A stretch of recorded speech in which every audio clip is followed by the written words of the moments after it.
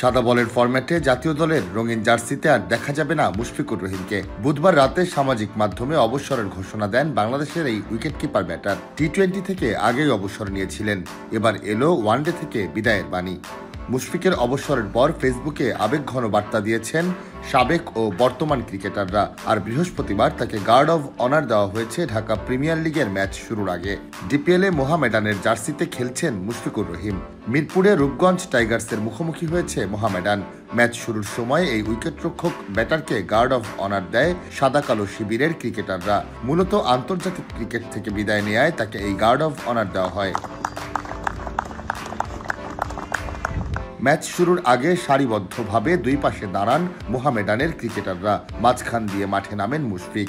Guard of অনারের সময় ছিলেন তার দীর্ঘদিনের সতীর্থ তামিম ইকবাল, মাহমুদুল্লাহ, মেহেদী হাসান মিরাজরা। তবে সাদা বলে আন্তর্জাতিক ক্রিকেটকে বিদায় বললেও ঘরোয়া লিস্ট এ টুর্নামেন্টে খেলা চালিয়ে যাবেন এই উইকেটরক্ষক ব্যাটার।